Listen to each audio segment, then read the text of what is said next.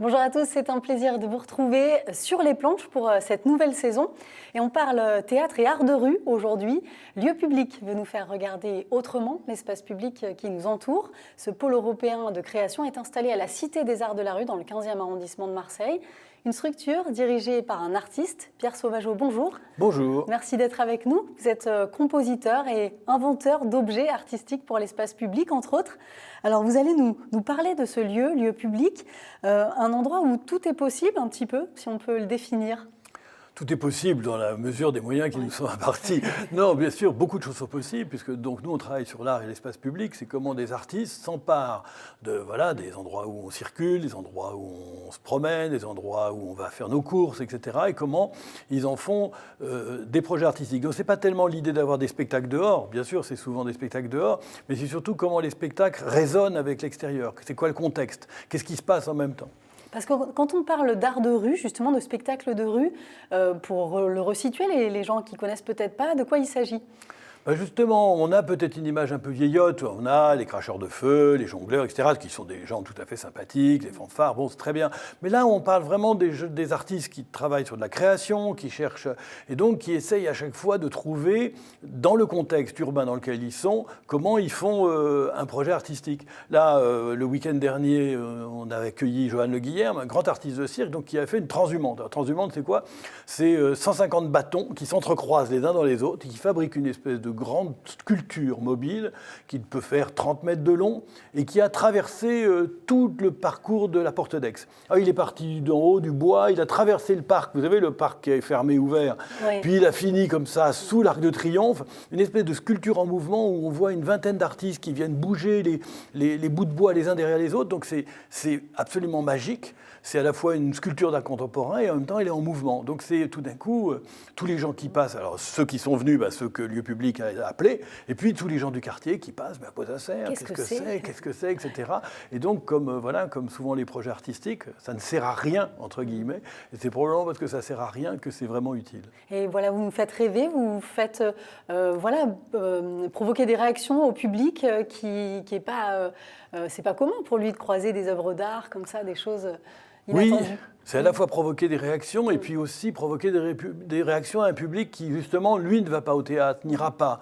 N'ira pas parce que c'est pas parce que mes petits camarades qui dirigent des théâtres ne veulent pas qu'ils viennent, au contraire, ils font tout ce qu'il faut. Mais parce qu'il y a une espèce de barrière symbolique. Rentrer dans un théâtre, même si c'est gratuit, c'est compliqué. Ah non, c'est pas pour moi, etc. Alors que là, ça vient presque les déranger et puis ça vient leur proposer des choses très différentes. Donc c'est vraiment une chose, pour moi, très magique.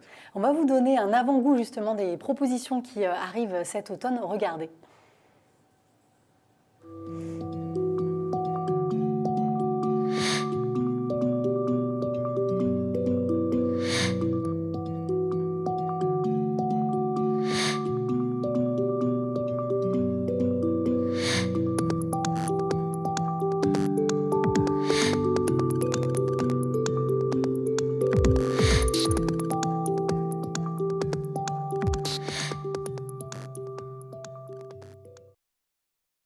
Est implanté dans la Cité des Arts de la Rue, dans le 15e arrondissement de Marseille depuis 2012.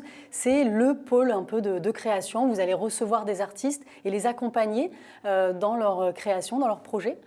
Oui, c'est vraiment... Au départ, c'est un centre national. Donc vraiment, notre partenaire principal, c'est l'État, c'est le ministère de la Culture, puis bien sûr aussi la ville de Marseille, la région et le département. Mais donc il y a ce lieu extraordinaire.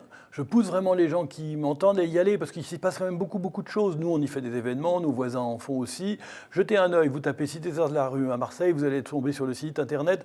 Il y a beaucoup d'événements, c'est un lieu qui est ouvert, il y a un marché paysan qui se tient, il y a vraiment des choses très passionnantes. Et puis évidemment, pour les artistes, c'est une espèce de petite ville en miniature. Donc nous, on peut les accueillir, ils peuvent fabriquer, ils peuvent construire des décors, etc. Et des fois, on y présente même des spectacles, puisque là, par exemple, dans 10 jours, on aura la compagnie des 26 000 couverts. Donc là, on est dans la grande tradition du théâtre forain. Théâtre forain, donc on est vraiment une espèce de théâtre de tréteau avec un gradin comme ça qui brinque-balle de partout. On ne sait pas si on va pas se casser la gueule. C'est très drôle. Et donc là, on le fera à la Cité des Arts de la Rue. Donc ça, c'est voilà, le week-end du 21, lors des Journées du patrimoine.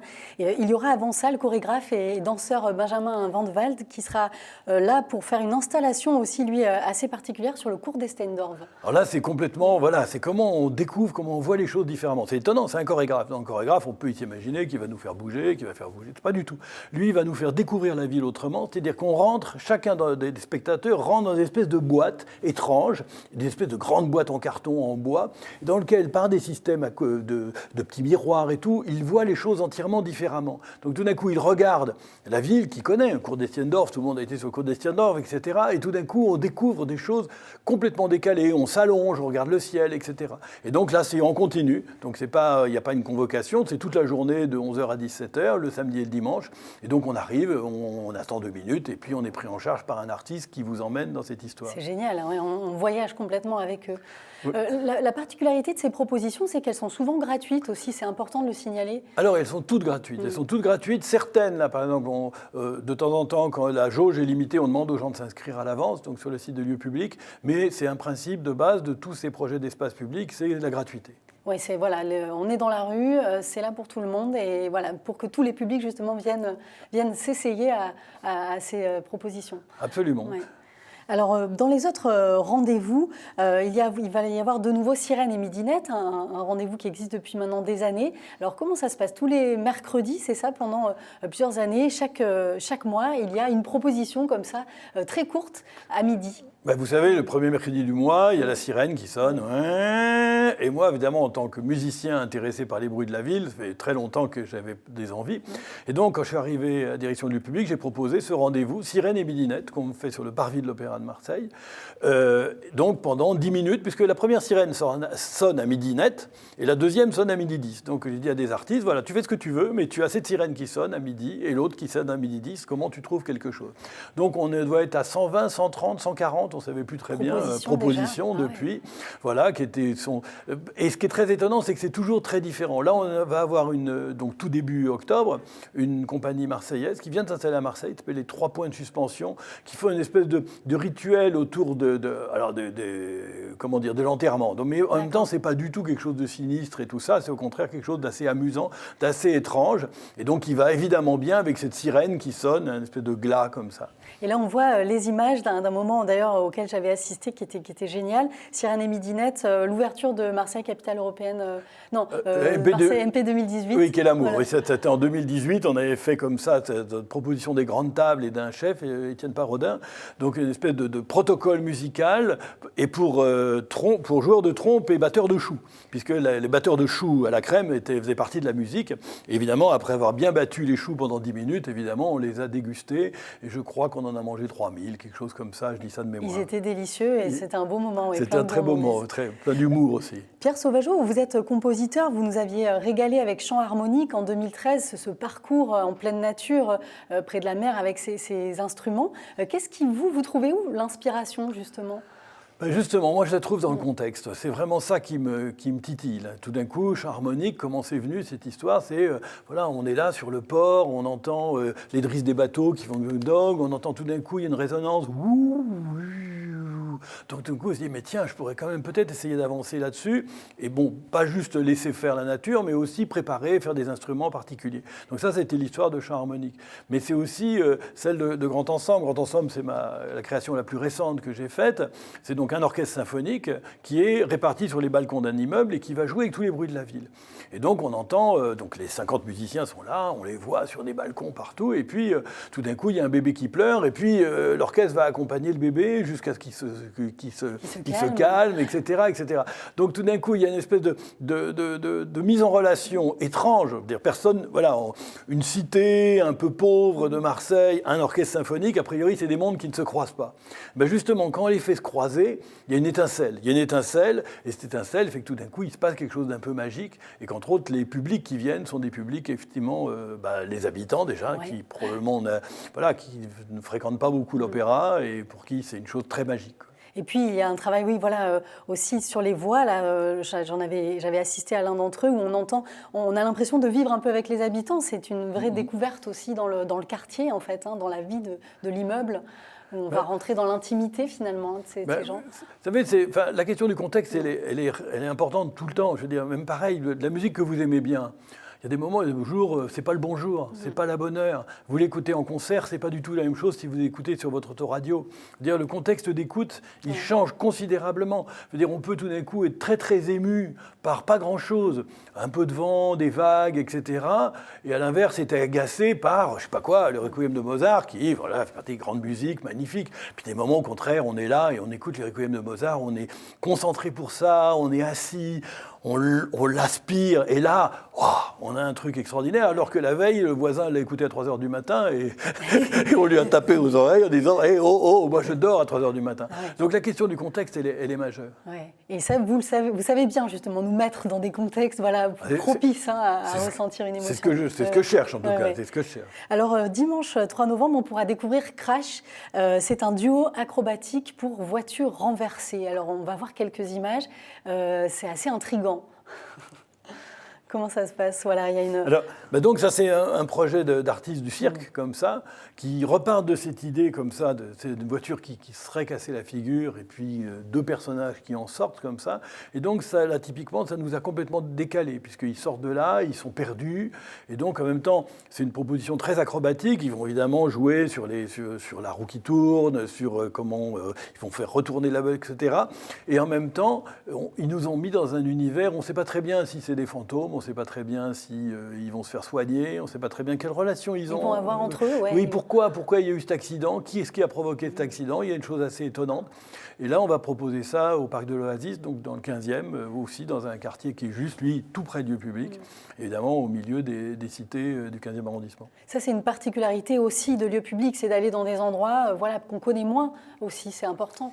On cherche à chaque fois des endroits un peu propices. Et le centre-ville de Marseille est petit. On sait aussi que les questions de sécurité deviennent difficiles.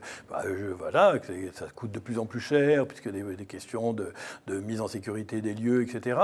Mais de toute façon, en dehors de ça, nous, on aime beaucoup trouver des sites étonnants, de faire découvrir aussi des endroits. Donc à la fois, oui, bien sûr, on a fait des tas de projets sous l'Ombrière ou Place Bargemont, parce que c'est formidable. Et puis en même temps, on aime bien aussi donner rendez-vous au Goud, où tout d'un coup, là on avait fait grand ensemble à la Cité des Tilleuls à Frévalon. Voilà, c'est pas un endroit où on se rend régulièrement pour aller au spectacle. Il faut aussi dire un mot sur l'équipe, parce que vous êtes une équipe plurielle. J'imagine qu'il y a des bénévoles qui viennent aussi participer lors d'événements, je pense aux Dominos, à ce moment des Dominos, c'était pendant la capitale de la culture. Alors oui, il y a, en plus de l'équipe d'une quinzaine de personnes, de l'équipe professionnelle du public, il y a effectivement un très grand nombre de gens qui sont très vite partants dès qu'on leur demande un coup de main. Donc Domino, c'était une aventure assez étonnante. Là, il nous fallait, je crois, 300 participants. Il y avait eu d'ailleurs, en 2013, il y avait eu la ville éphémère qu'on a construite en carton. Je ne sais pas si vous vous rappelez, sur la place Bargemont pendant une semaine. Il y a une vingtaine de bâtiments en carton qui a été montés comme ça. Donc en plus que les gens aiment beaucoup participer au projet, surtout quand le projet est riche. On ne demande pas aux participants de venir faire notre travail. On leur demande de participer à des projets qui sont basés sur le fait que les habitants font partie du projet. Donc, et là, les gens répondent très, très, très bien, quoi. Et là, typiquement, ça avait très bien fonctionné. Là, vous me disiez, dans les quartiers Belzins, la sécurité, vous disiez, oulala, ça va être compliqué. Et en fait, ça s'est très bien passé. À chaque fois, c'est pareil. C'est vraiment impressionnant comment on a des a priori comme ça. Typiquement, il fallait que ça traverse Belzins. C'était, oh là là, Belzins, qu'est-ce qui nous est arrivé? Il va nous arriver simplement qu'il y a 300 personnes, 500 personnes qui sont folles de joie. Il y a une centaine de mômes qui sont adorables et qui protègent. C'est-à-dire, si quelqu'un veut toucher, non, touche pas, etc. Donc, c'était l'inverse de tout ce qu'on pouvait craindre. Merci Pierre Sauvageau, c'est déjà la fin de cette émission. Merci d'avoir été avec nous. Donc je vous invite à aller découvrir Lieu Public, à aller à la Cité des Arts de la Rue et à se rendre aussi sur le site internet. Vous avez toutes les propositions, c'est très bien fait pour passer des très bons moments. Merci en tout cas d'avoir été avec nous et à bientôt.